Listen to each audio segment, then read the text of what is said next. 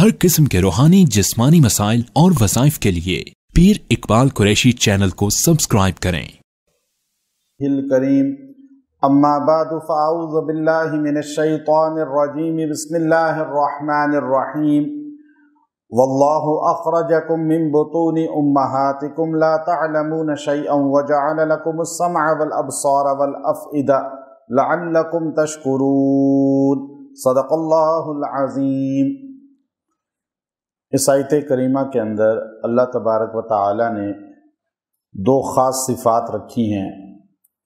ایک، جو بچہ پیدائش کے بعد آہستہ آہستہ کمزور ہو جائے دماغی طور پہ یا اعضاء کے طور پر، تو اللہ تعالیٰ اس میں ایسی تاثیر ہے کہ اس کے جسم میں اللہ قوت پیدا فرما دیتے ہیں اور اس کی بیماری کو دور فرما دیتے ہیں۔ دوسرا، اگر کوئی انسان دماغی طور پہ کمزور ہو اور دماغ بہت زیادہ کمزور ہوتا ہو اور اسے سمجھ کچھ نہ آتی ہو، مجنون، پاگل یا نہ سمجھ ہو جائے، تو اس کے لیے بھی اس میں اللہ نے تاثیر بہت زیادہ رکھی ہے۔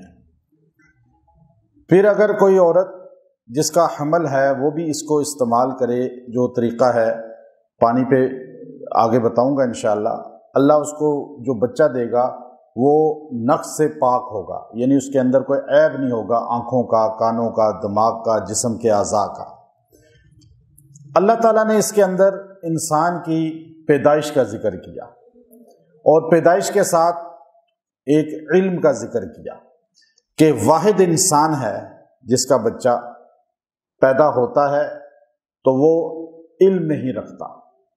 باقی بلی کا بچہ پیدا ہوتے ہی اسے پتہ ہے میرا دشمن کون ہے، مجھے نقصان کس سے پہنچتا ہے، وہ ہر چیز جانتا ہے۔ چوزا انڈے سے نکلتے ہی اسے پتہ ہے کہ اس کا دشمن کون ہے، اس کو کہاں سے تکلیف نقصان پہنچ سکتا ہے، اسے کوئی نہیں سکھاتا، اور وہ انڈے سے نکلتے ہی علم رکھنے والا ہوتا ہے۔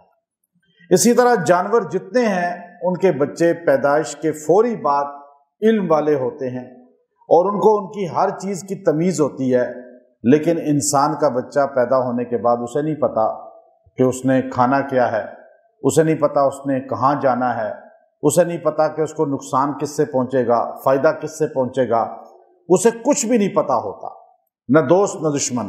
اسے آگ کا بھی نہیں پہچان، اسے پانی کی پہچان بھی نہیں ہے۔ وہ چلتے گھسٹتے گھسٹتے آگ میں بھی گر سکتا ہے اور پانی کی ٹنکی میں بھی گر سکتا ہے، تالاب میں بھی گر سکتا ہے، اور وہ آگ کے جلتے ہوئے ہیٹر کو بھی ہاتھ لگا سکتا ہے اور چلتے ہوئے پنکھے میں بھی ہاتھ دے سکتا ہے۔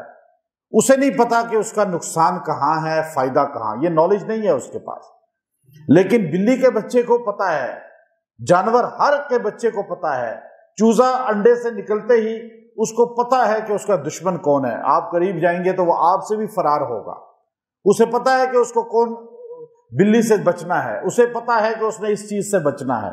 لیکن اللہ یہاں فرماتے ہیں میں نے انسان کو جب پیدا کیا تو وہ بالکل ضعیف تھا، کچھ بھی اس میں نہیں تھی سکت، لیکن اب وہ کیسے اپنی ضرورت پوری کرے؟ اللہ کہتے ہیں میں نے اسے ایک علم ایسا سکھایا جو علم میں نے اور کسی مخلوق میں سے کسی کو نہیں دیا۔ وہ علم کیا تھا؟ وہ اللہ تعالیٰ فرماتے ہیں میں نے اس کو رونے کا علم سکھا دیا۔ رونے کا، کچھ مانگ نہیں سکتا، اب اسے تکلیف ہوتی ہے روتا ہے، اسے بھوک لگتی ہے روتا ہے، اس کے پیشاب نکل جاتا ہے تو روتا ہے، بستر گیلا ہو جاتا ہے تو روتا ہے، بھوک لگے روئے گا، پیاس لگے روئے گا، اسے گرمی لگے گی روئے گا، سردی لگے گی روئے گا، اسے جس چیز کی حاجت ہوگی تو کیا کرے گا؟ بس روئے گا۔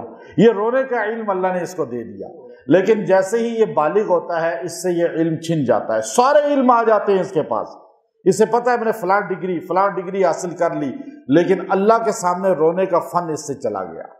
اور جو موت تک رونے کا فن سیکھ لے گا نا کہ اللہ کے آگے رونا ہے، اللہ سے مانگنا ہے، وہ یہاں سے ہنستا ہوا چلا جائے گا۔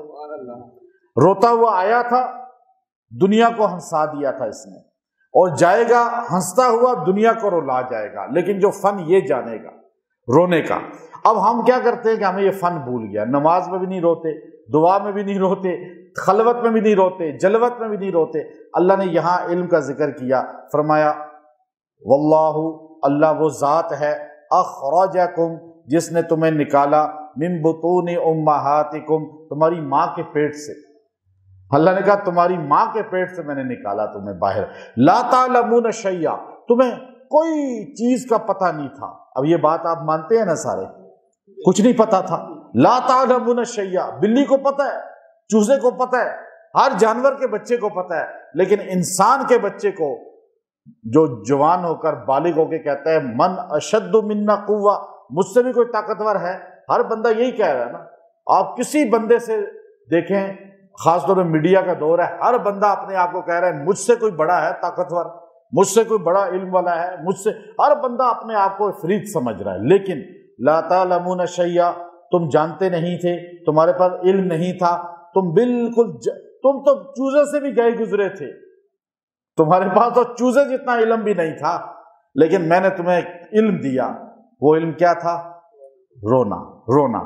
اب مجھے بتائیں, اللہ فرماتے ہیں وجعل پھر میں نے دیا لکم تم کو سمع سننا, پھر میں نے تمہیں سننے کی صلاحیت دی, والابصار دیکھنے کی صلاحیت دی, والافئدہ پھر دل کی صلاحیت دی. فواد دل کو کہتے ہیں, افئدہ اس کی جمع ہے. اچھا اب دیکھیے اس کو اللہ نے ایسا علم دیا, یہ علم اگر آپ کہتے نا بچہ پیدا ہوا, اب وہ بھوکا ہے, رو رہا ہے, اب اسے دودھ پینا ہے ماں کا, لیکن اس سے سکھائے کون کہ دودھ کیسے پینا ہے؟ نہ دانت ہیں اس کے, اب اس نے کیسے ہونٹوں سے اور جو ہے اس کو پکڑ لینا ہے اور اس کو چوسنا ہے اور دودھ کو نگلنا ہے. اب یہ علم کس نے سکھایا؟ اللہ کہتا ہے لا تعلمون شیئا.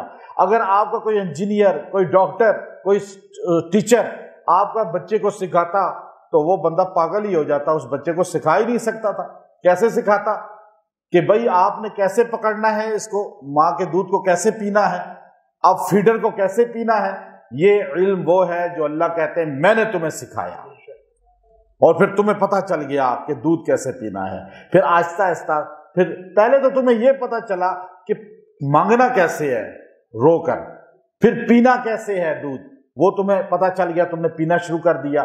پھر تمہیں نہیں پتا تھا کہ تمہیں کوئی زہر بھی دے سکتا ہے, وہ کوئی تمہیں غلط چیز بھی کھلا پلا سکتا ہے, تم غلط طرف جا کے آگ میں گر بھی سکتے ہو. نہیں, تمہیں میں نے پھر سمع تمہیں کان دیے, پھر افئدہ ابصار آنکھیں دی, پھر افئدہ دل دیے.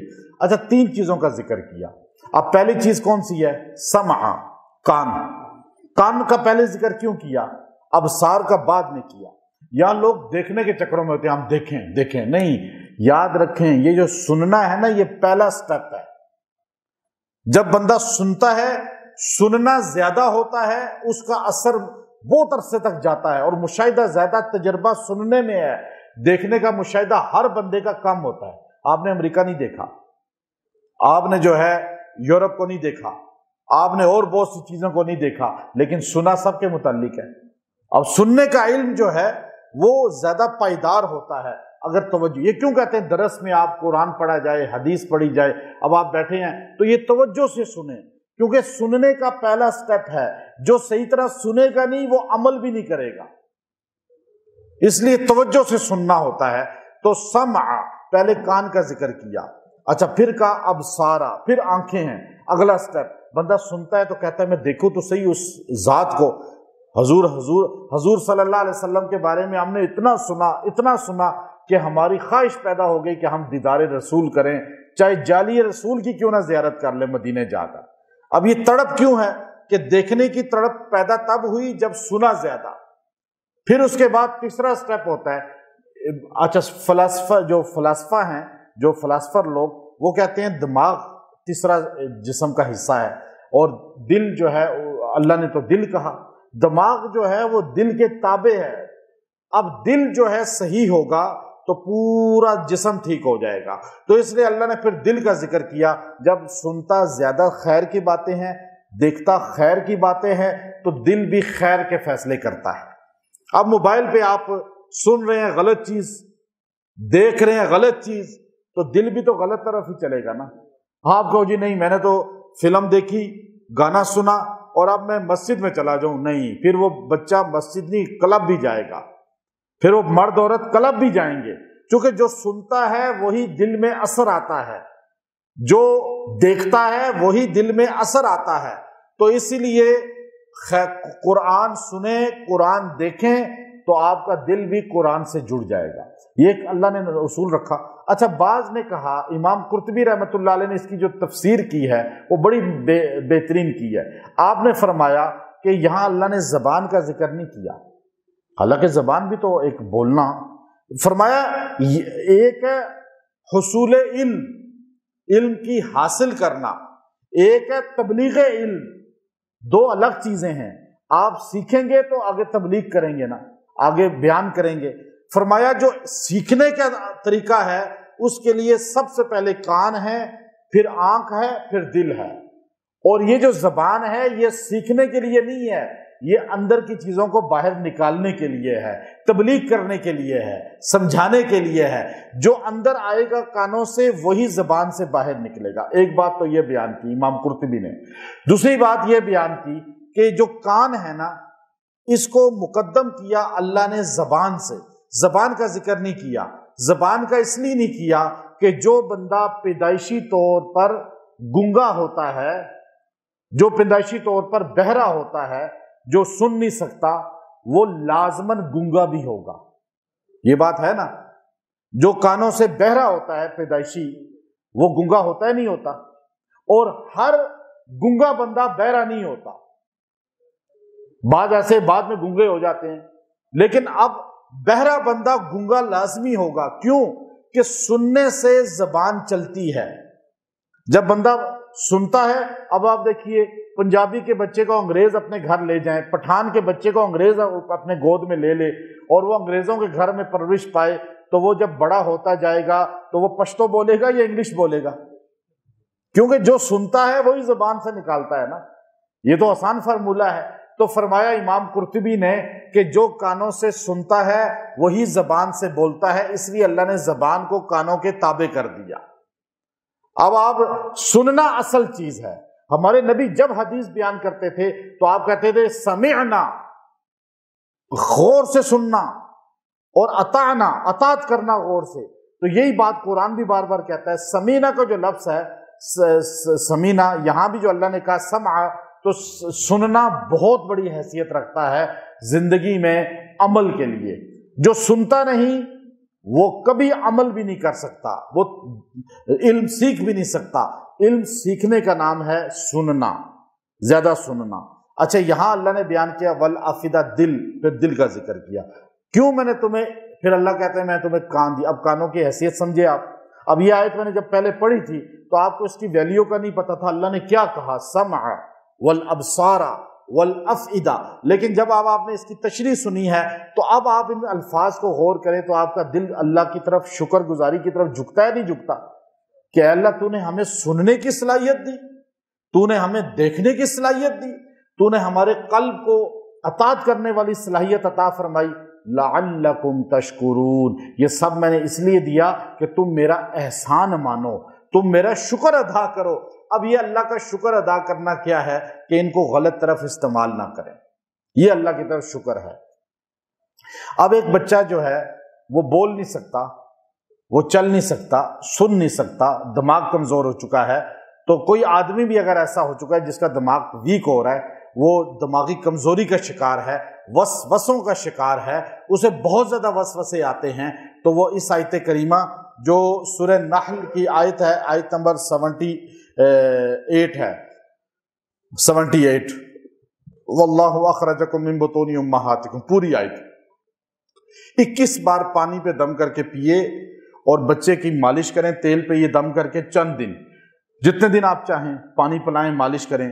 اور اگر ماں چاہے کہ بچہ صحیح سالم پیدا ہو، کبھی بچہ مسکیریج ہو جاتا ہے، کبھی بچہ ناقص آدھے میں فوت ہو جاتا ہے، یا اس کے اعضاء نہیں بنتے، یا جسم میں کسی عضو میں پانی پڑ جاتا ہے، یا اس کا گروتھ رک جاتی ہے، تو آپ جو ہے اس کو روزانہ 21 بار پانی پہ دم کر کے پیتے رہیں اور عورت پیے گی جتنا انشاءاللہ اللہ اس کو اس عیب سے پیٹ میں ہی پاک کر دے گا۔